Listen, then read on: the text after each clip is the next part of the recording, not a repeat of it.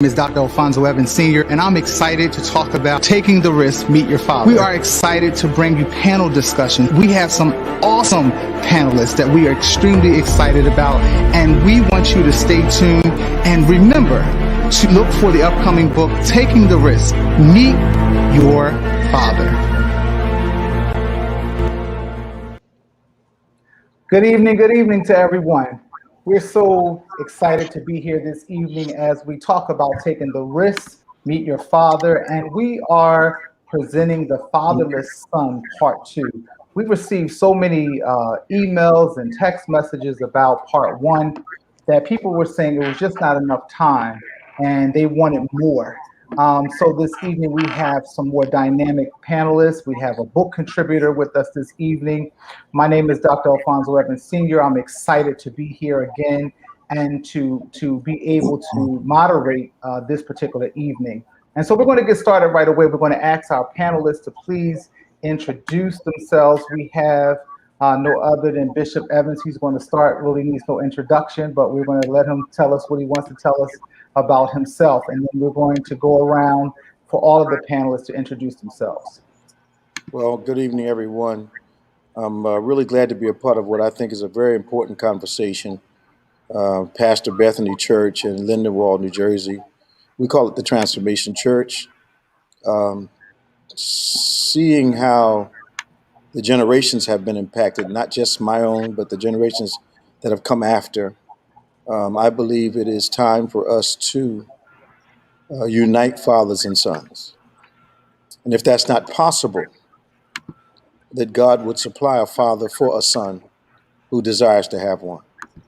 So I'm just glad to be a part and be the old head among the group today.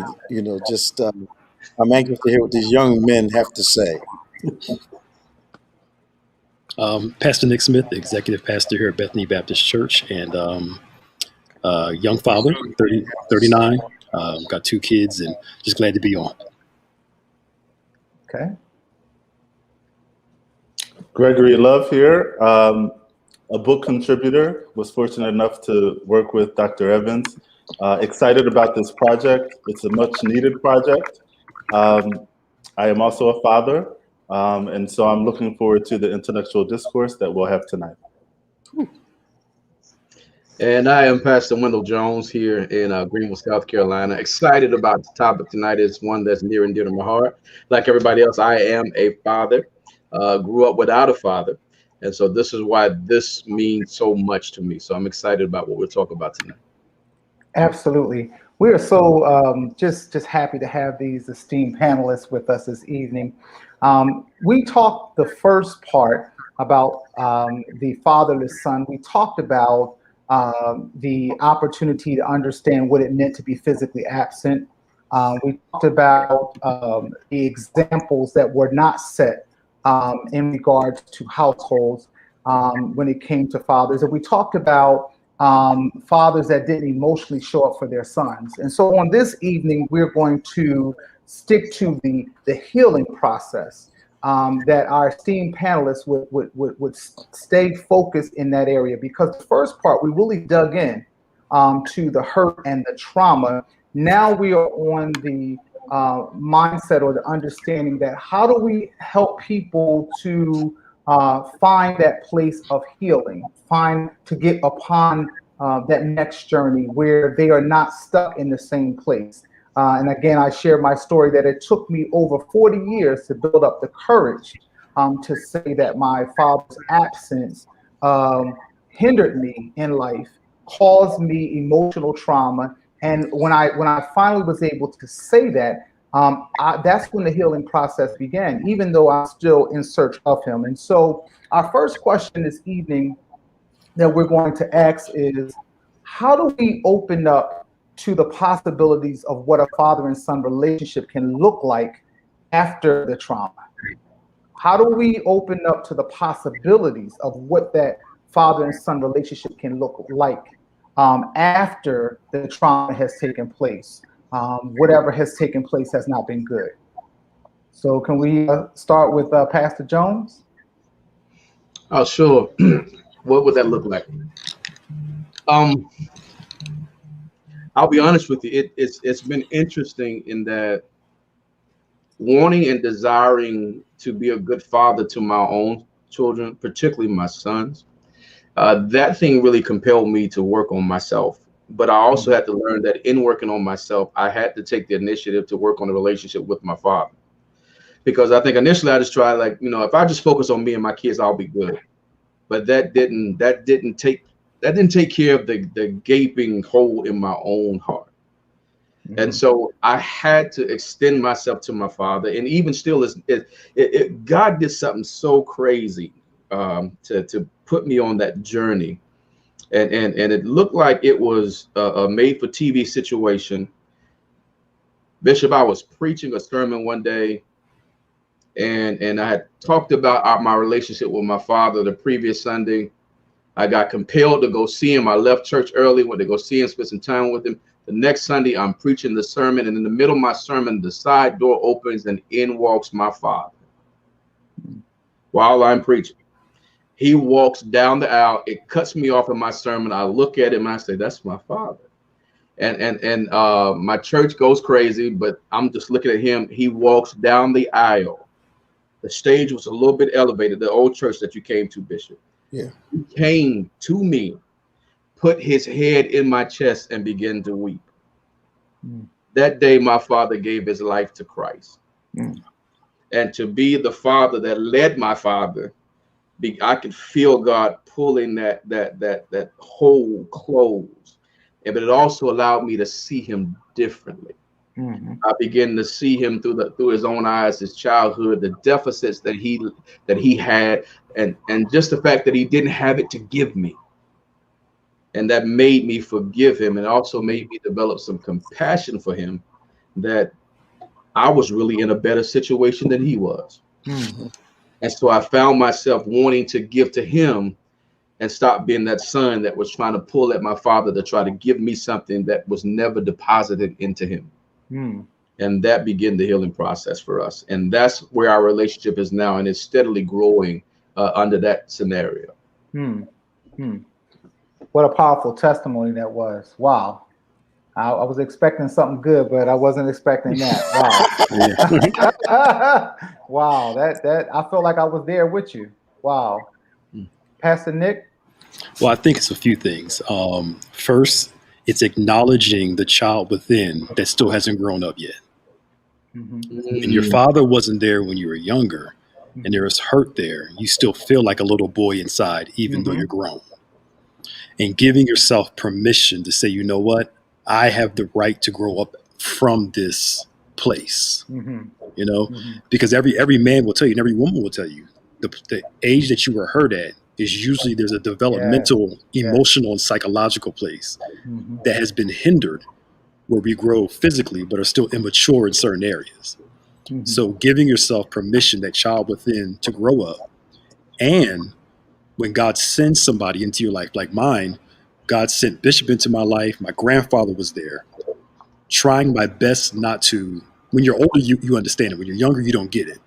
Not to take out on them what's owed to him.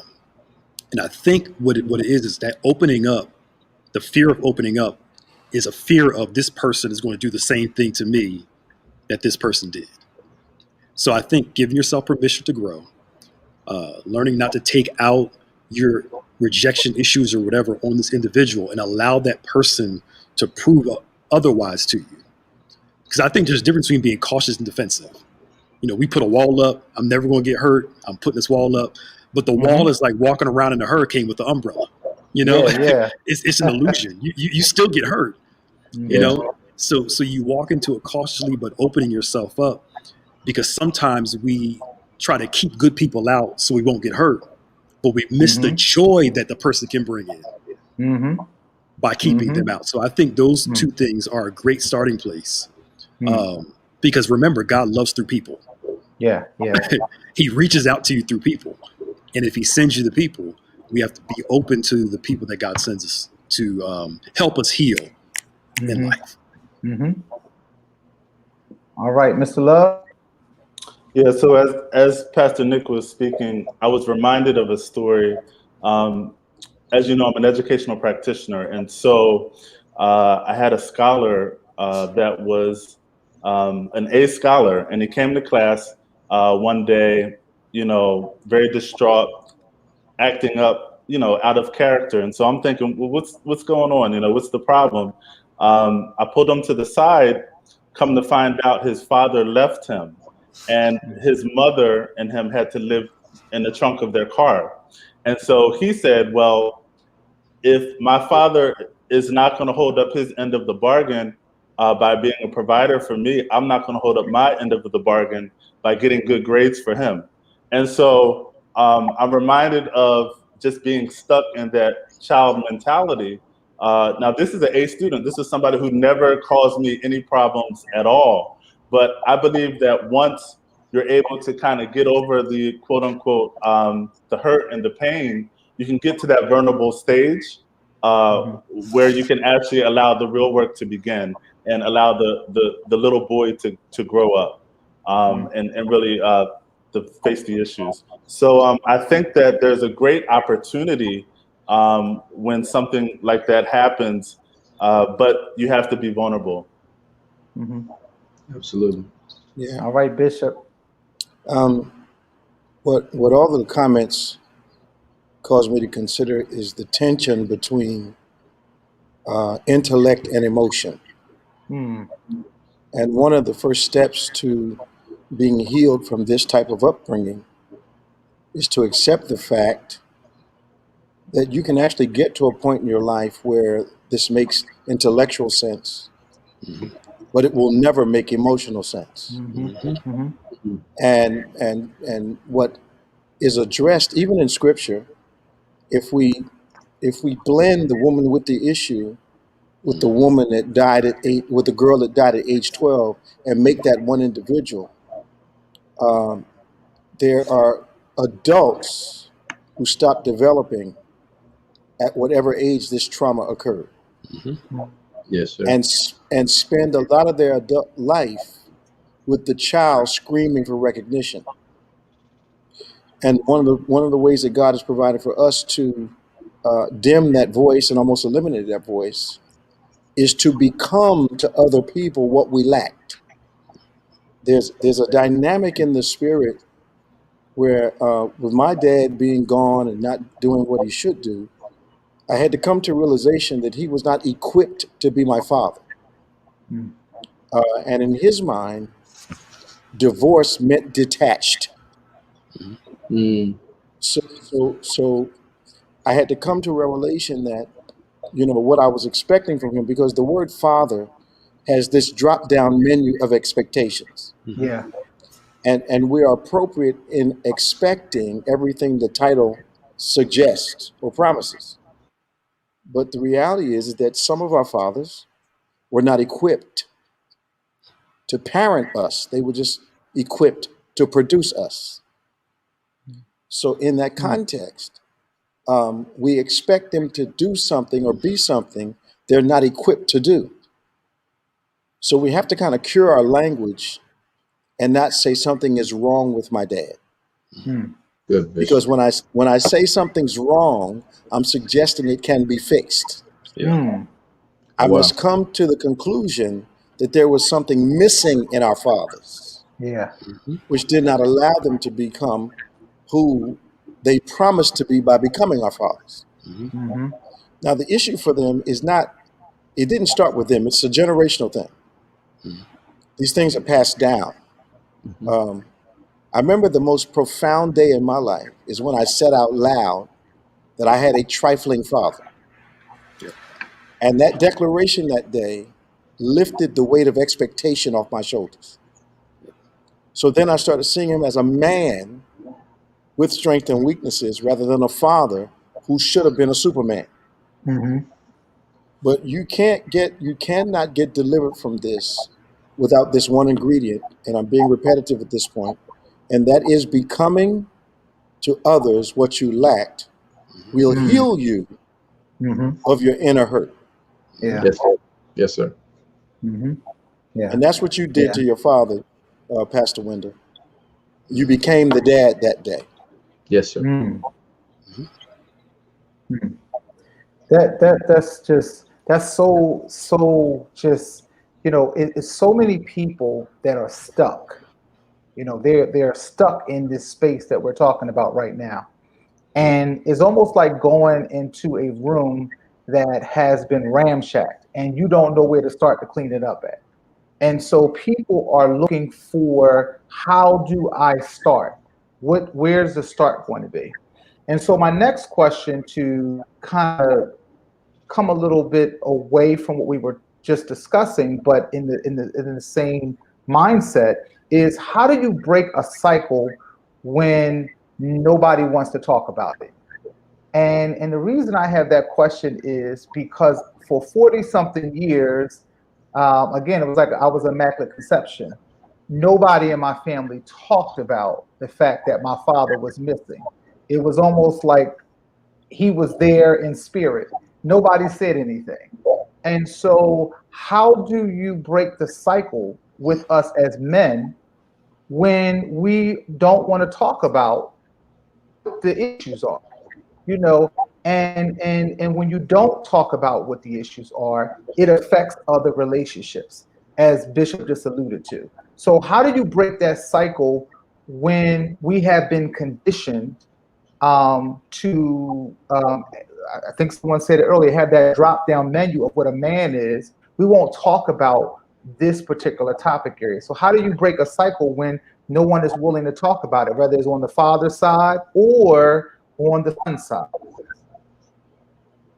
I think it's an inability to accurately describe the dilemma that is, and the fruit of that dilemma. I think there is I think there's an acceptance, and I don't know how to say this other than just say it. There is a level of acceptance of trifling fatherhood, Mm. Yes. that mothers are accepting, and it starts with, if a male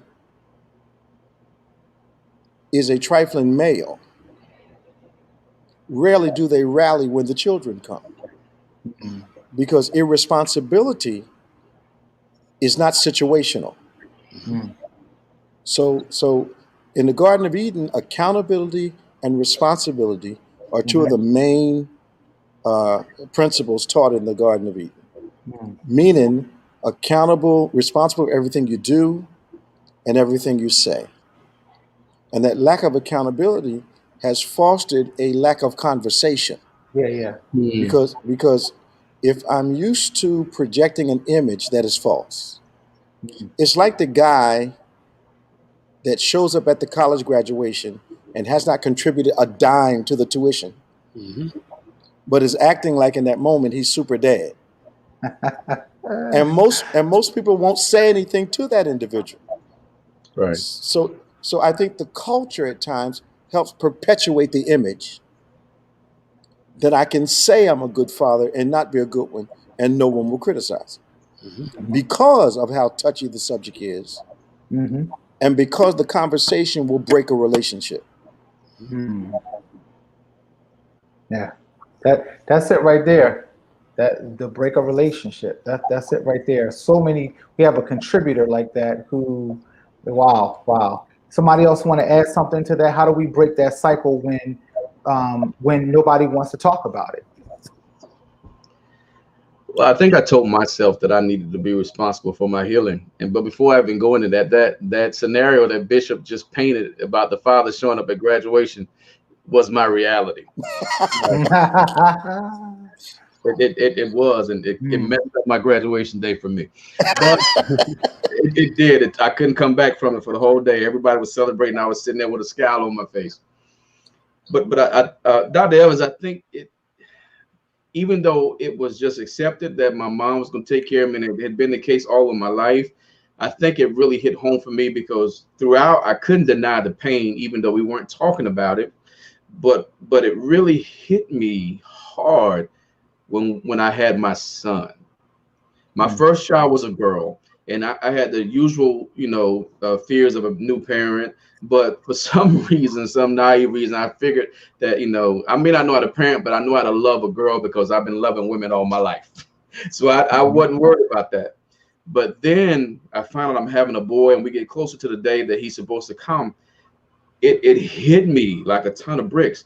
What do I do with him? Because I had nothing that I could retrieve from within me in terms of how do I express my affection toward him. Because I had nothing. I had no memory. Something as simple as, do I hug him? Do I kiss him? How do I handle him? How tough am I? Should I be with him? And you know, I know this might sound preachy, but it's my reality. It drove me to the book, because I was like, I got to figure out how to father.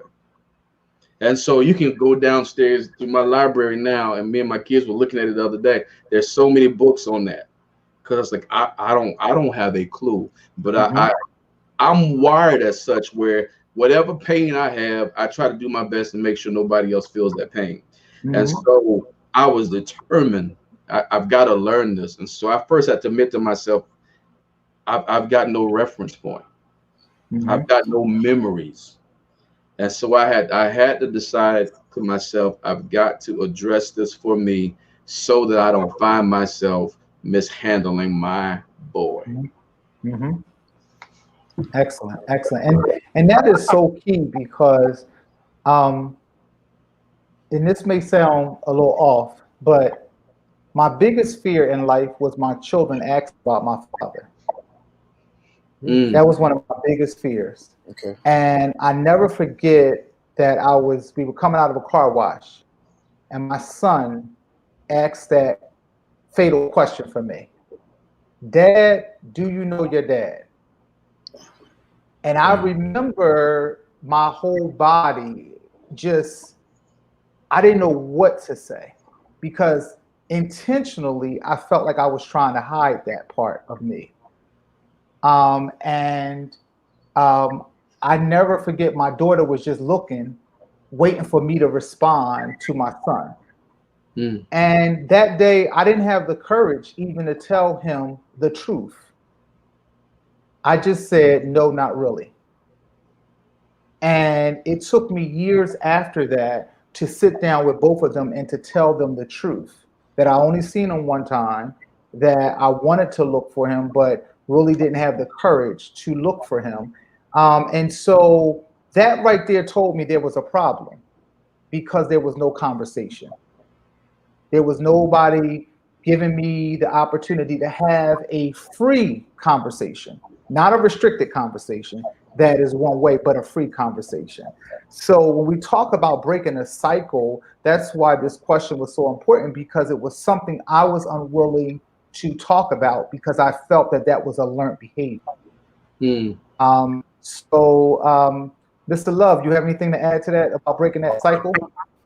Yeah, I think that once you get past the embarrassment of it all, there's a level of coping that begins. And so as men, I feel as though we have different ways to cope. Some are, constructive, but in most cases, it can be destructive to our character.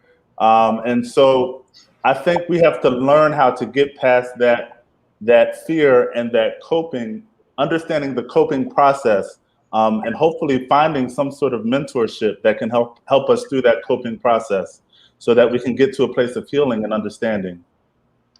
Okay. I think to hit your answer. When it comes to a family that doesn't want to talk about it, like Bishop said, if you ask the question, it brings up shame in people. One of the hardest things to do for a lot of people is when they become adults, to see the people to see the weaknesses and the flaws of the individuals that raised them. And it's hard to reconcile that at times. And understanding that I know somebody right now I'm thinking about whose parent won't talk to this individual about their father at all. And this individual is struggling with the lack of information, has no idea where her father is, and just overall struggle, which really brings me to the point where if there is no conversation, there is no information. A part of forgiveness is learning to stop wishing that things were different. That's good, Nick. And a part of forgiveness is learning I can forgive without a conversation. I can move on without information. Mm-hmm. And if I can, shameless plug here, if I can add on to something Bishop said years ago in Forgive Again to Live Again series, he said, be careful asking for information in a difficult conversation, only certain ones. Because sometimes the information you may receive may make you worse off than you were Yes. before. Yes. You got the basis. They cheated on you. Why do you have to know all the details? You know, because the details can make it harder to move on from it. So I think, as Pastor Wendell says, part of healing is our responsibility. That there are some things I may never find out about my father, and I just have to be okay learning what I know about him. And it's not an easy thing to do all the time. Right. But a part of forgiveness is acceptance.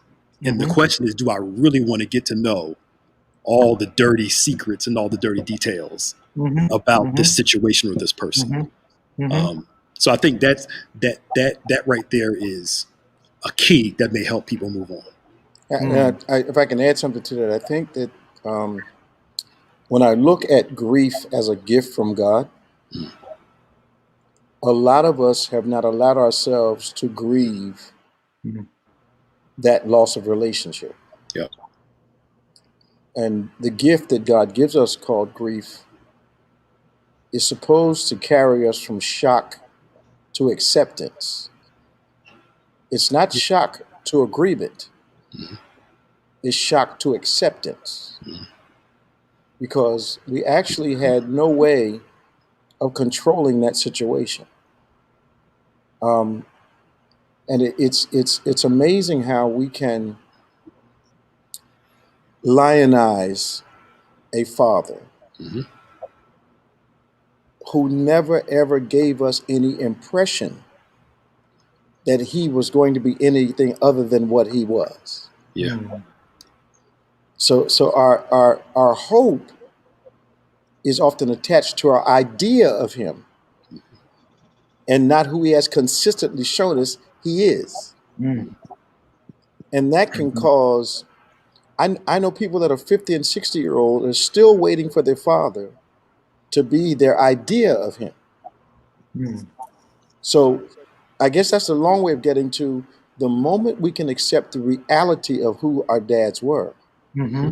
That's the moment you begin to be liberated from him as an influence. Yeah. And we have a little commercial break before we jump right back in. We're going to ask to all of everyone who's participating out there, we're going to ask that you would leave your questions for us, because our last 10 minutes of this evening, we're going to answer your question. These awesome panelists are going to do that. And then also, if you're enjoying this conversation, we ask that you share the video so that some other people could come in, because you asked for this part too. And we're so glad that you did, because it is awesome. When we think about the word rejection, to me, it may not seem like a really unique, powerful word, but it is so powerful in so many different ways, rejection. And when we talk about when people actually bring up these panel discussions, bring up Taking the Risk, Meet Your Father, the book that will be coming out, they talk about that word all the time, rejection. The fear of it, what it looked like, what it felt like, how it is causing issues in their relationships now, with their spouse, with their children, at work. And so I'm going to ask the panelists to give us, because you know they have not only biblical knowledge, but they just have that intellectual knowledge. So I'm just asking for you to give us some nuggets tonight on what you believe rejection is and the part that it plays in our lives, especially for young men who have been rejected by their fathers. Start out with you, Pastor Jones. I was waiting to hear the knowledge of everybody else. Well, it is again another personal subject, because it does shape your personality, and all our personalities really are is how we present ourselves to whatever the world throws at us. And so when your personality has already been shaped by this idea of rejection, or simply in simple terms, feeling not good enough for somebody, not valued enough because my father didn't think enough of me to want me, that thing can carry over into just about how we present ourselves to life in varying situations. So there is this tension of all the time of maybe even having to prove yourself.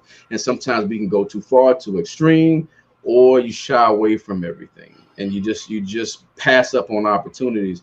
Needless to say, it is a constant battle to even put yourself in positions to do more, to take on more responsibility, and even this right here, to stick around for your own children. Mm-hmm. I think that's what begins to contribute to the cycle, because that responsibility of a child now triggers my fears of not being good enough, and so now I can excuse my absence. And now I have followed in the same footsteps of my father, and I pass that hurt on to another innocent party. Mm-hmm. Bishop, can we tap into some wisdom? Well, when I think of the word rejection, it brings a very traditional word in the kingdom of God called stronghold. Mm-hmm. And all a stronghold is a thought, Mm.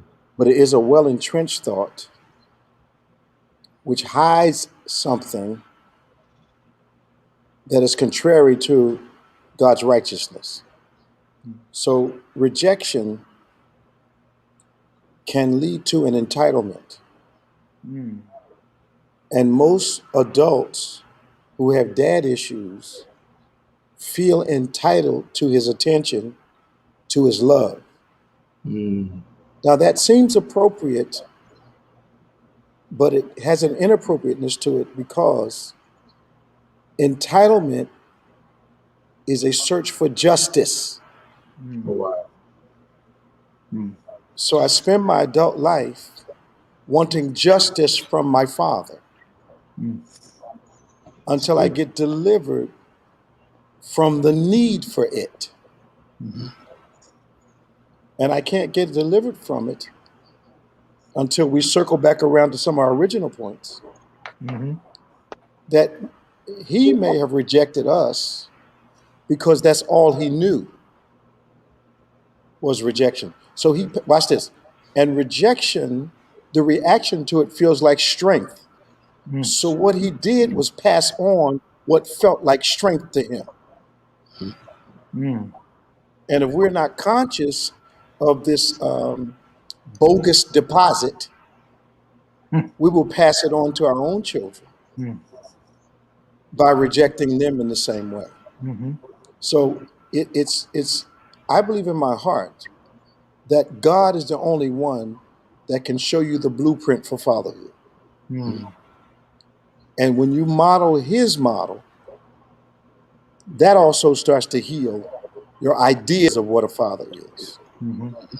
Because I don't think what we may have experienced, I know what we experienced is far away from agape. Mm-hmm. Mm-hmm.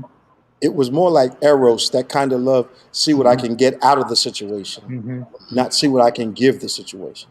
Mm-hmm. So Right. that rejection produces a vulnerability, which makes it hard for us to trust, Mm-hmm. hard for us to love, and hard for us to be loved. Mm-hmm. And I'll stop Mm. right there. Mm. That's good, Bishop. Mm. Yeah, that was Yeah. good. Yeah. That's good. Yeah. Anybody want to follow up on that? The word that comes to my mind is shame. When I look at rejection, there's a lot of shame associated with rejection, and being dismissive, because no one really likes to be dismissed. And so I think that, as Bishop just said, everyone wants to be loved, and the reality is, no matter how old or young you are, there's a sense of yearning to be valued and to be appreciated and to be loved. And so um, I also look at rejection as a level of opportunity for something good to come in, that may not have been able to come in. So if that man or that woman walks out of your life, that is an opportunity possibly for a new relationship to form. And so there's many lenses in which you can look at rejection through, but I feel as though once you get past that shame or that level of dismissiveness, then I feel as though there will be an opportunity for a new relationship to form, or maybe an old relationship to be rekindled. Mm-hmm. Yeah. I think for mine's a little more complex because my dad was addicted to drugs. So now you have the complexity of an addiction problem on top of it. So as I'm learning more about him, the older I get, it moves from just hurt to hurt and sympathy and pity. Wow. Because when I talk to my aunts, my uncles about him, their conversation about him as a person before he got addicted looks nothing like the person after the addiction. So they see him one way, and I don't fault them for seeing him one way, and they don't fault me for seeing him my way. Mm-hmm. But I think the more I learn about him, the more complexities there are to it, because when you're dealing with addiction, for those people who have a parent with addiction, that's not just, hey, I decided to leave because I'm trifling. You know, if you study addiction, the whole chemical imbalance thing and all that stuff, there is a difference when he was on the hard drugs. He wasn't smoking weed. I mean, he was on during the crack time and all that stuff. He was on the hard stuff. Mm-hmm. But it didn't take away from the feeling of you love your vices more than you love us. That was still there. But again, like Bishop said, the emotional and psychological part, you know something, but you feel something different. Yeah. Because I know if I look at people who have addictions, them trying to beat it is like trying to move a mountain on their own, you know, versus at the same time, it should be easy for you to give this thing up. In reality, it's not easy for somebody to give up a strong addiction, especially something like crack or, you know, those things like that. So it's learning how to let your emotions catch up to your thoughts, if I can say it like that. I hope I said it right. Yes. Yeah. Yes. I'm gonna suggest something that may sound a little controversial. I think there's this dilemma in our mindsets between. I saw my father several times make a conscious choice between alcohol and drugs and shoes for me and my brother. I didn't hear about it. I saw him do it and make the decision. So having that picture in my mind that is clear today, having him show me the weapon he was going to kill a man with, those types of things our father does not do to his son. I believe it's our job to expose them to our strengths and teach them the wisdom that comes from our failures. Yeah. Yes, sir. When some people think, okay, me and my son are good friends because we're drinking liquor together at 16. I don't need to drink liquor with my dad. Right. You know, so there's this dilemma. But I keep getting back to the fact that some men are generationally unequipped for the role they've adopted. Yes. Because if you here's the lesson that I try to teach men that are having this difficulty. If you didn't like the way your father treated you, he did one thing wonderful for you, two things. He got you here. And the second thing, he showed you just what not to do as a father. Yes, sir. So if he never taught you a lesson verbally, watching him and experiencing him will show you how not to be. What they would call an antithesis in the Bible. So you can be taught even from a father to fail. Yes. Absolutely. Yes. Absolutely. And one of the things Pastor Nick is not telling you is this. He is often accused of being my favorite son. And the misconception, now this is from pastors who are around him and see our relationship. The misconception is that the favorite child is chosen by the parent. Mm.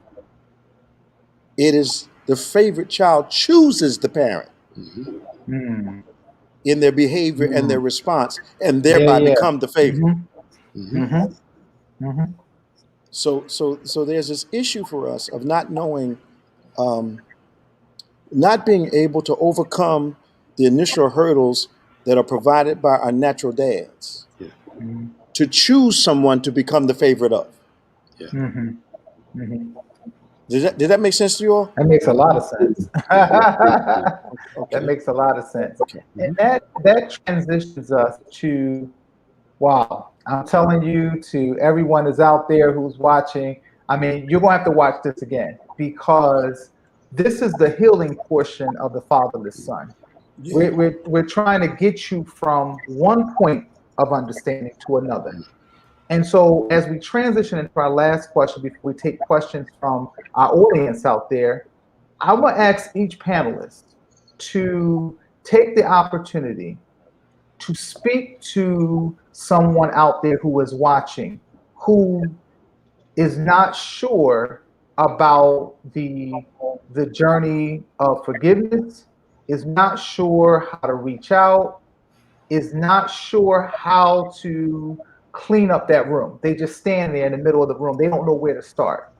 I'm just going to ask you to take a couple minutes to speak to that individual out there, because it's not only for our sons to fathers, but there's a lot of daughters out there that are hurt by their fathers. So And they're looking this evening, and I want just each panelist to speak to them as before we get to the questions out there. Yeah, because there are a lot of ladies that are single mothers watching us tonight. Yes, yes, it is. And they need some they need some answers. Yes, yes. They need some answers. Yes. Let's speak to them. I just from a counseling point of view, one of the things that I've done over the years has been to provide women with the Word of God as a model for them to use, as a handbook for them to use in raising their sons. I often tell them that when you give too much honor to the problem, it causes you not to think of solutions. So what we want to do is look at what God says a father should be. And remarkably, you may not be able to throw the baseball as well as a man. And then some of you can. You may not be able to teach them the box. But you can attend the ball game. You can sit down and have conversations about, responsibility and accountability and what it's like to be a man. You can have those conversations, even though their father may not be the representation of those positive qualities. And I think a single mother has to. But the first thing she's got to get over is choosing the wrong individual. If the problem was her choice, then she's got to get over her responsibility and accountability with the situation that the children are presently in, if her choice was incorrect. Now, of course, there's a responsibility on both parts. There's never somebody that's totally responsible for a situation, but there are situations, most of them, there's someone largely responsible for the breakup of a situation. And when I say that, sometimes you can think back of how you may not have reacted correctly, or you could have reacted another way. I'm not talking about, you were knocking people downstairs and things like that, because that's not forgivable. But ladies, you've got to be able to forgive. And forgiveness is a gift you give someone they do not deserve. If you're waiting for this man, for their father, to earn your forgiveness, you'll be waiting for the rest of your life. Amen, Bishop. Because this thing will never make emotional sense to you. Never. I think we should pay for that one, Bishop. That's just so powerful, that you give someone forgiveness. It's something that you're giving them that they don't deserve. And I Absolutely. think that that's the key, because we when we forgive people, we're expecting something from that. We're expecting something from them, but we are just given a gift. We're giving that. We're not expecting anything. And I think that needed to be said, even for me, because sometimes when you give someone forgiveness, you are thinking that there should be some level of give back off of that, that they should almost be worthy or happy or excited that you gave them that, when they could care less. That's why it's not on them, it's on you. All right, let's go to Pastor Jones. Let's drop some nuggets for someone out there that's looking right now, who is at that crossroads. And Father is still here. Father is still here. Well, I guess I want to encourage them that first of all, that is never too late to be fathered. It's never too late to be fathered. And once you deal with those two words, I think we talked about tonight, that really should ring true in this situation is acceptance and forgiveness. Accept that my past is what it is. Forgive who needs to be forgiven, which now frees you up, as it did me, to be fathered forward. Once I could get to that place and realize I needed someone to father me as the man that I was, and in the direction that I felt like God was leading me, that's when my heart and my mind was open to meet a Bishop David Evans. If I would have stayed where I was and kept hoping that my biological could become someone that I needed, I would have remained stuck. I had to forgive him. I had to see that his situation was different from mine, and develop some sympathy and some empathy for him, but also to position myself to be able to see that God was able to give me someone who sounded like me in my future. Mm. And so that allowed me to open my heart and get past some of the fears. I think Pastor Nick was saying, where you kind of push people away and you don't want to accept anybody in your life. It allowed me to be open to receive Bishop Evans and allow him to speak to who I was now becoming. And so if somebody's watching tonight, you got to allow yourself to go through that process of being able to release the past through forgiveness and acceptance, and just trust that God has somebody to meet you where you are right now. Yeah. Met Bishop in my 40s, and I'm grateful because I heard him talk and I was like, that's who I want to be. That's who I want talking to me like that. And God took me from South Carolina to New Jersey, which again proves that God is mindful of me. And so that's available to anyone else who wants somebody to pour into their lives with where they are now and where they're going. Mm-hmm. Thank you so much, Pastor Jones. Be willing. Be willing. Pastor Nick? Well, I can speak from my experience. My mom made sure, even though her and my dad didn't work out, she made sure we were close to his side of the family. Strong grandparents. She didn't take it out on all of them because it wasn't their fault. So much so that I'm actually closer to more people on my father's side than I am on my mother's side. We go, these holidays is usually with them, the major ones, because my grandfather was there. He was strong. He was present, but she didn't make them pay for what he did. So my grandparents and my dad's side of the family had a huge role in raising me. The other thing is, she got us in mentoring. We started coming to Bethany when we were kids. We were in the mentoring programs.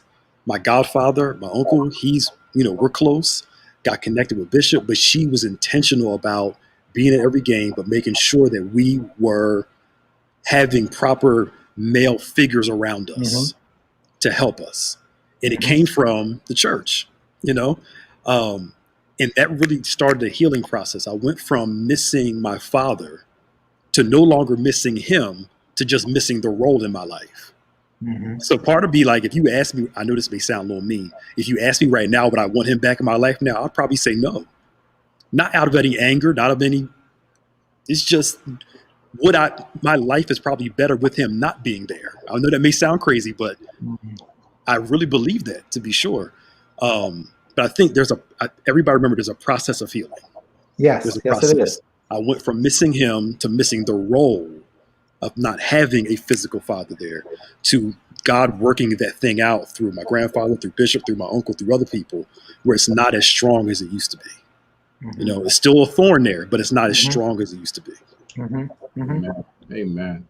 Thank you so much for that, Pastor Nick. And you said something that that is so powerful, in the sense that you said something that somebody's thinking about the role of forgiveness, but also not believing that that person has to be in your life the same way they were previously, in order for you to feel like a Christian or to be a good person. And so that's just so transparent for a lot of people to hear that. All right, Mr. Love, we're going to end with you before we open it up with all our questions from our audience. Sure. So as I look at the stats, the statistics, that states basically approximately 70% of African-American children are being raised by single parents. My message is simply, you are not alone. There are so many people that are in the same position as you. And so don't ever feel like you're in this race by yourself. Make sure that you get good, sound wisdom around you, good, strong men and mentorship around you, because you're not alone. We have the highest statistics, unfortunately, disproportionately in this country. And so on a daily basis, by me working in an educational sector, I see, young adults, children being raised by single parents. And I don't ever want you to think that you're alone. There's someone there that will mentor you, that will be a comfort to you, and that will help you through this situation, get you through some of the rough times, and maybe teach you some tools to cope with.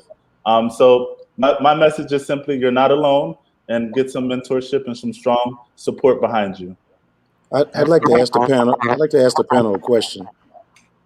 Greg, based upon your statistics, I saw a comment earlier in the panel discussion where a lady said, "Where are all the good African American male mentors?" Is that 70-30 ratio part of the explanation for why there's a shortage of positive Black male mentors? That's a very good question. I'm going to defer to Dr. Evans, who has that superintendent hat. I'm gonna tell him to put that superintendent hat on, because he sees this in the school districts all the time. The same question could be asked as why there aren't many African American male teachers, and why there's so many other ethnicities teaching our scholars. As someone who works in an urban metropolis, the ratio for African American male teachers is maybe 2%, right? And so I'm going to refer to Dr. Evans on that one. Well, I want to say that, not to make excuses for anyone, we have a lot of great fathers out there who are doing a great job. We have a lot of mentors out there that are doing a great job in the Black community. However, that does not take away from the statistics that we hear and we see about. But beyond statistics, what we know about, what we see in our families, what we see in our communities, what we know about. Because sometimes you can't even get caught up in the statistic. You have to say, have you experienced this? I think our communities, especially for Black men, has taken such a hit, especially with, and I want to say this, and I really believe this, with the criminal justice system, that it has taken such a hit with that system alone, that it has, again, a generational approach of negativity that has passed from one generation to another. I think Bishop Evans stated earlier, you can't be what you don't know. If you don't have a skill set for that, if no one has taught you how to be a great father, It was my uncles. It was my grandfathers. It was the men on the block. It was the men at the church. It was the deacons that pulled me. Young man, come over here. You know, I see some great things in you. It was those people that helped to shape and mold me. You know, and that's why I always run from people that say nobody ever did anything for me. I run from them as fast as I can because there's no truth to that. You know, and so when we look at our community, the Black men are out there. There are organizations. For example, in Philadelphia, there's Concerned Black Men. Even though the Big Brother, Big Sister program of America, the local chapter in Philadelphia, which I used to be a part of, even though it struggles to find Black men, there are organizations out there that are seeking Black role models, Black mentors. And also, I want to say this to our single parents, our female single parents, that don't just throw your children to anybody. And because because I don't care what anybody says, Black people are some of the most forgiving people in the world. And sometimes there's such a need for, I can't tell you how many phone calls I get, not only to me directly, but to my wife to give to me in regards to helping Black young men out with different situations. And personally, I have taken on that journey because you will find many passions in life, but my purpose in life is helping Black young men to seek their greatness. And so I think that you have to go to places such as your organization, such as the YMCA, go to your churches. The Black church is very, very instrumental in that. Big Brother, Big Sisters, they also can refer you to other organizations. Go to the school and seek out people, but again, with caution, making sure that you are putting your children in good hands of people that care about them and want the best for them, such as you do. But we have to be very clear about what our community is going through and how we're going to help in the community in the future. And I believe that not only the Black church, but I believe the mosque, the synagogue, all of those are key areas in the community that need to help with this situation because our children are extremely impressionable.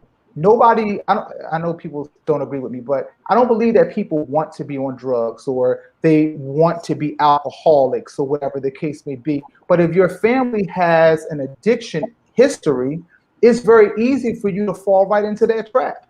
And then you follow that generational piece into other things. And so my life goal and has been is not only to give back. That's something else we have to do as Black people. It's not only about your biological child. How are you helping somebody else's child?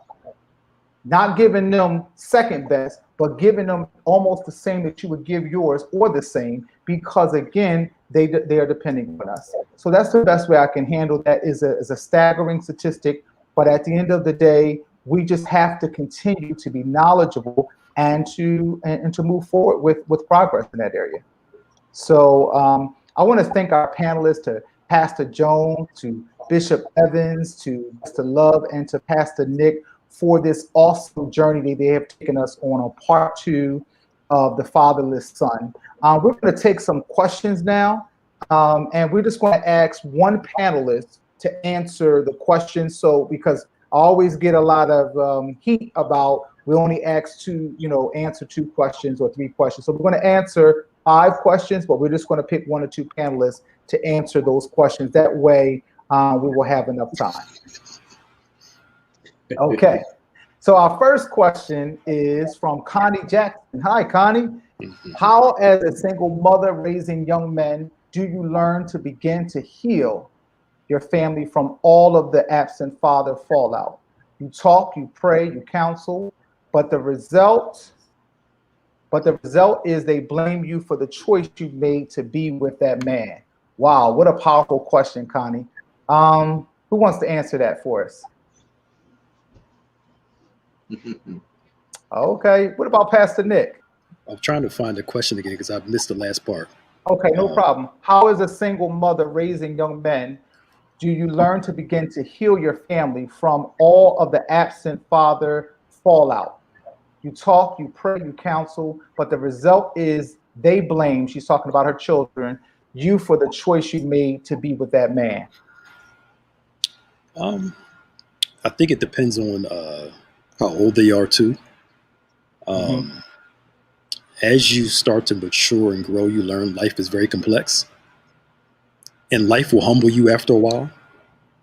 And you'll recognize, like, I don't blame my mom for her choice. That wasn't, she made the decision to be with him, but I'm not walking around mad at her because she made this choice. You know what I'm saying? They were in their early 20s when they got married. She was 22, 23, I think, or something like that. She knows where it is. And I think what helped me out was the openness that she had. We talked. She shared things with me. And she shared who he was before the drugs, during the drugs, and after the drugs. And I think that honesty allowed me to understand her and him more. One thing I love about mom, she always talked to us like we were grown. She never talked to us like we were like, she shared too much information, but she talked to us like we were smart enough to understand stuff. Not like we were kids and could not receive it. She knew when to say stuff at a certain age group. I would say start with a conversation, see where their issues are, right? And then help them understand it was their father's choice to make this decision to leave, not yours. Because if it was up to you, he'd still be there. That's just kind of a roundabout. I don't know all the details of what happened, why the fallout, because the why the fallout is going to answer a whole lot of that too. Right. Why he decided to leave. Absolutely. But I think if they're grown at this point in time, there's some role and responsibility of most of us. I'm sure in this panel right here, daddy wasn't there. Our thought was we got to take care of mom, not blame her for the situation that she's in, because we're all in this situation together. That's right. And we got to help out. That's our thought process. That's right. Yeah. Hopefully that helped you out, Connie. Want to thank you for that question. We're going to go up to our next question.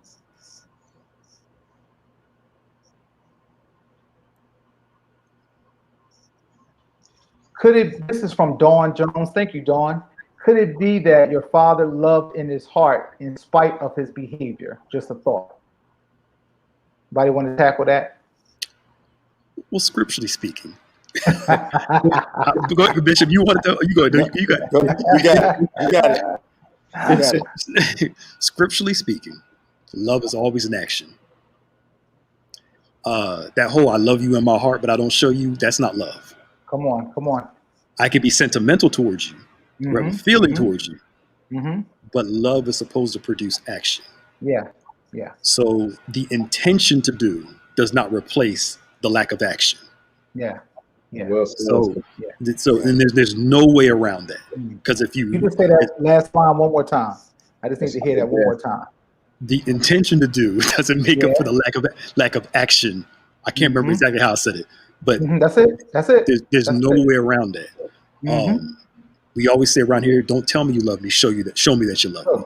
That's right. Love is revealed. Love is revealed. So I know we try to use those that reasoning to buffer the pain that we experience. And how can I say this nicely? It's somewhat of a pubescent expectation to shield us from the reality of the situation. So instead of me just owning and saying that he didn't love me the way I needed to be loved, we try to buffer and say, well, he loved me, but just didn't have a good way of showing it. And that's really just putting up a barrier up because we're afraid to accept the reality that he couldn't love me the way I needed to be loved. Love is not a concept. It's not a concept. Yep. Wow. All right, Dawn, I hope that answered your question because it helped me. That was good. That was deep. All right, we're going to go to our next question.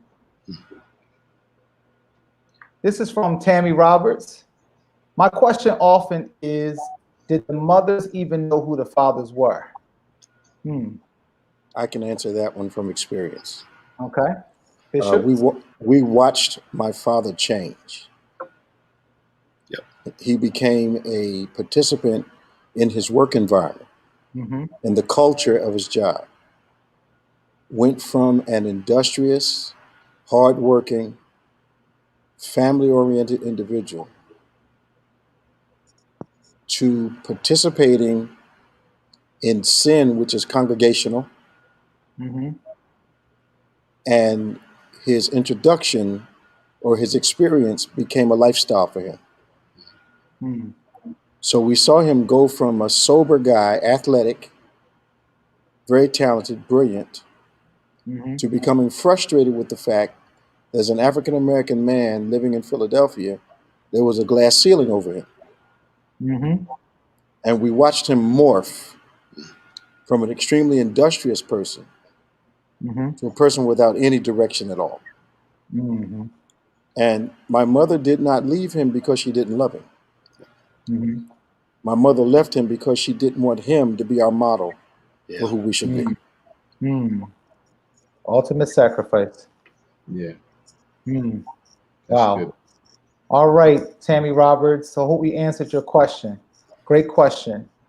Our next question I'm going to go to is I'm going to read directly from the chat. It says, how do you explain to your 5-year-old son why his dad doesn't want to be a part of his life? I chose that because there are so many children who are young in this situation. And so this parent, Shiera, I hope I pronounced your name correctly. How do you explain to your 5-year-old son why his dad doesn't want to be a part of his life? Anybody It, want to tackle that? I've had to do that recently. Hmm. Um, the first thing a Christian parent must do is not make it a religious conversation.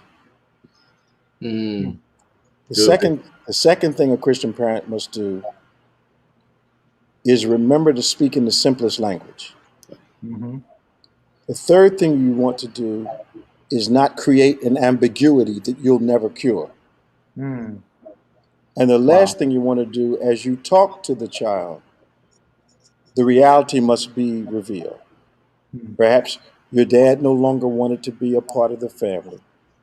He loves you, but he doesn't know how to show you right now. Mm-hmm. But right now he wants to do something other than be with us. Mm-hmm. And leave it at that. Mm-hmm. The kid will know how to eat the piece of toast. He'll eat the toast the way he wants to. Either eat the edges first, eat the middle first, and work his way out. He'll eat the toast the way he desires to. But you give him the slice of bread simplistically so he can eat it. Yeah. Mm. Mm. Right. Wow. We hope that we answered your question. That's a very difficult spot to be in. Yeah. But again, we want you to know that we're definitely keeping you in prayer. And that was a great suggestion from Bishop. We're going to go to our last question for this evening from our participants. This is from Sharm. Thank you, Sharm, for this question. I grew up without my dad and mom. Excuse me, I grew up without my dad, and my mom was an alcoholic. So, how do you resolve or prevent the perpetual behavior of feeling rejected and stop the thought of entitlement? Wow, she was really listening. That's great. She was listening. She was listening. You want me to read that question again, or are we good? We got it. Okay. Bishop, you brought it up, right? Yeah, I'm I mean, you brought the concept up. I mean, All right. So yeah. I learned through my relationship with the Lord that offense is actually a decision. Mm. Mm, I have to decide I'm going to be offended. And in order to stay offended, I have to continually give myself reasons to be. Mhm. So once I understand that the offense will remain an offense until I decide that it's not going to be anymore. And that can only happen when I am very real about who I'm dealing with and who I'm talking about.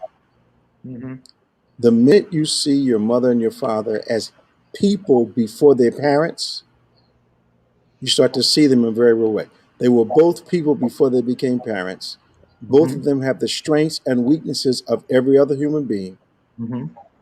And it's that acceptance that begins us on a road to healing.